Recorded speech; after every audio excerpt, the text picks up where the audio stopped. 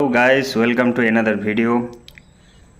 এই গত দুদিন ভিডিও দিতে পারিনি, তার জন্য সরি।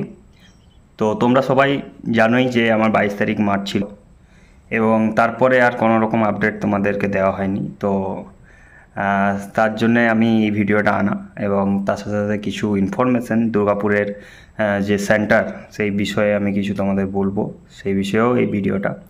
তো প্রথম কথা হচ্ছে যে আমার দুর্গাপুরে মাঠ ছিল এবং মাঠ আমি যথাসম্ভব যেমন তোমাদের সাথে আমি শেয়ার করেছি, মাঠ আমি ক্লিয়ার করেছি।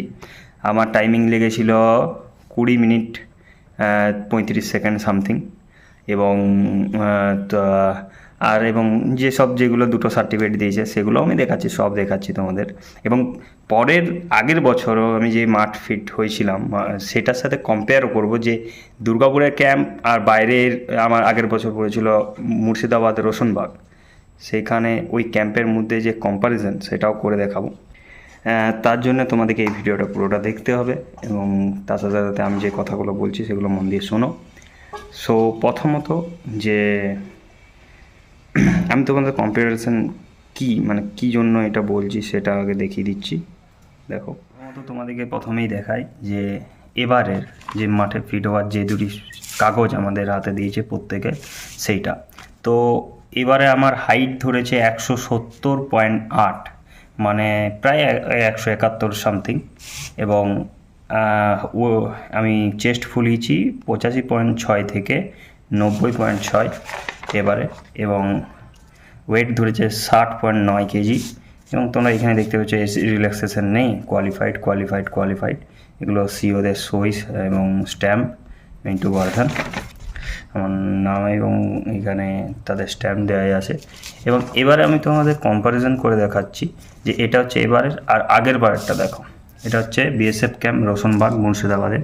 আমার আগের বারে হাইট ধরেছিল 172.2 এবং আগের বার আমি 84 থেকে 90 অর্থাৎ 6 সেমি ফুলিয়েছিলাম। এবং তার সাথে সাথে এখানে তোমরা দেখতে পাবে যে 58 কেজি আমার ওজন ধরা হয়েছিল এবং এগুলো কোয়ালিফাইড হ্যাঁ সব ছিল। এবং তার সাথে সাথে আরেকটা সার্টিফিকেট, এটা ছিল আমার একটা আমি বলেছিলাম না একটা রিমেডিকেল দিয়েছিল আমার, সেটা এটা দুর্গাপুরে হয়েছিল রিমেডিকেলটা ভেরিকোস ভেনে দিয়েছিল। কিন্তু এই দেখো, কিন্তু সেটা পরবর্তী সময়ে দুর্গাপুরে ফিট করিয়ে দেয়, কেননা ওটা আমার ভেরিকোস ভেন ছিলই না, ওটা কিলিয়ে আমার শিরা ফুলিয়ে দিয়েছিল এরকম একটা। সে দাদুরও বলে একজন ডাক্তার ছিল, তোমাদের সেটাও বলছি, রোশনবাগে সে আর কি। তো ফাইনালি আমাকে ফিট করে দিল। ডেটে দেখো 10/10/2024। এটা আমার নাম মিন্টু বর্ধন, বাবার নাম জয়ন্ত বর্ধন, এই দেখো ঠিক আছে, আমার সাইন এইসব দেওয়া আছে। যাই হোক, এটা তোমাদের এইটুকু ইনফরমেশান। তোমাদেরকে দুটো সার্টিফিকেটই দেখালাম, এবার একটা এবং আগেরটা। এবারে আসি মূল মুদ্রা কথায়, যে দুর্গাপুরে মাঠ কিভাবে হচ্ছে, কখন মাঠ করাচ্ছে, লাইন কতক্ষণ দাঁড়াতে হবে এবং কীরকম কী বৃত্তান্ত। তো প্রথমেই বলি যে দুর্গাপুরের মাঠ হচ্ছে মানে কি বলবো, সবচেয়ে মানে ওদের মেজারমেন্ট, ওদের যে মানে ব্যবস্থা সব কিছুই ডিলে। ধরো আমাদের যেদিন 22 তারিখ মাঠ হয় 9টা গ্রুপ হয়েছিল, প্রায় 900 ছেলে। এবার 900 ছেলে যে এসেছে, 900 ছেলে আসা, তাদের ব্যবস্থাটা সেই রকম হওয়া উচিত। খুব ডিলে। এবং কি বলবো, আমরা ধরো রাত 3:30 থেকে লাইন দিয়ে আছি। প্রথম দুদিন বললো যে রোল নাম্বার ওয়াইজ ঢোকানো হচ্ছে। সেদিন আমরা যে 22 তারিখ করেছি সেদিন কোনো রোল নাম্বার ওয়াইজ ঢোকানো হয়নি, ঠিক আছে, প্রথমত কথা। এবং আমরা লাইন দিয়ে আছি, আমরা রাত 3:30 থেকে লাইন দিয়েছি জেগে, 4টায় রিপোর্টিং টাইম। আমরা ঢুকেছি কখন? দুপুর 12:30 আমাদের ঢোকানো হচ্ছে, ভাবো, তখন আমরা বাইরে। এবং ঢোকানোর পর আমরা ওখানে ওই ফর্ম ফিল আপ করা, তারপর বিভিন্ন রকম বসিয়ে রেখে বেজে গেল কথা 2টো। আমাদের চেস্ট ফেট নাম্বার যে সব দিয়েছিল এবং পায়ের চিপস সেগুলো দিল। সেগুলো করতে বেজে গেল 2:30। আমাদের মাঠ শুরু হচ্ছে 2:45 সামথিং টাইম। আমি টাইমটা এক্স্যাক্টলি ওটাই বলছি, 2:45 সামথিং শুরু হচ্ছে, ঠিক আছে। তখন এমনই আমাদের ভাগ্য যে তার আগে কিন্তু বৃষ্টি হয়েছে, বৃষ্টিচ্ছন্ন মানে একটা আকাশ ছিল আজকের মতনই। কিন্তু আমাদের ভাগ্য এমনই, তখন রোদ দিয়ে দিয়েছে, পুরো তাগড়া রোদ। এবং তখন একটা ভ্যাপসানি গরম শুরু হয়ে গেছে, সেই গরমেই দৌড়। আমার তো গরম দেখেই ভাই আমার সত্যিই বলছি আমার একটু আমি ডিমোটিভেট হয়ে গেছিলাম যে কী হবে না হবে আমি জানি। তারপরে আমি যখন গ্রাউন্ডে নামলাম তখন তো একদম ফুল জোশ। তো যাও, যাদের হয়নি আমি তো বলবো যাই টাইমিং আসুক না কেন ঘরে তুমি ওখানে যাও, গ্যারেন্টি বলছি ভাই 2 থেকে 3 মিনিট টাইম কমে যাবে তোমার জোশে। তুমি যখন 5টা ছেলেকে এগুতে দৌড়তে দেখবে না তখন নিজেই জোশ আসবে এবং তোমার তখন টাইম কমে। তো আমি আমার কথা শোনো ভাই, তুমি যাই টাইমিং আছো 25, 26, 27 যাই আসুক তুমি যাও মাঠ, ঠিক আছে। এবং তারপরে বলি এবারে দৌড়ছি, দৌড়ে লাস্ট পাক তো আমি ফুল ছেড়ে দিয়েছি, আমার টাইমিং এলো 20:35, 250, 20 মিনিট 35 সেকেন্ড 250 মিলি সেকেন্ড, ঠিক আছে আমার এটি টাইমিং, ঠিক আছে। আমার হাইট চেস্ট তো তোমাদেরকে ভিডিওতে দেখালামই। এবারে ব্যাপারটা হচ্ছে যে তারপরে এই যে মাঠ ফাট পাস হয়ে গেল, যারা ফেল হয়েছে তাদেরকে 1 ঘন্টা 1.5 ঘন্টার মধ্যে বের করে দিচ্ছে, যারা পাস হয়ে আছে তাদেরকে রাত কটা 2টো, হ্যাঁ 3টে এরকম বের করছে। আমরা সেদিন রাত 2:30টার সময় ক্যাম্প থেকে বেরিয়েছিলাম।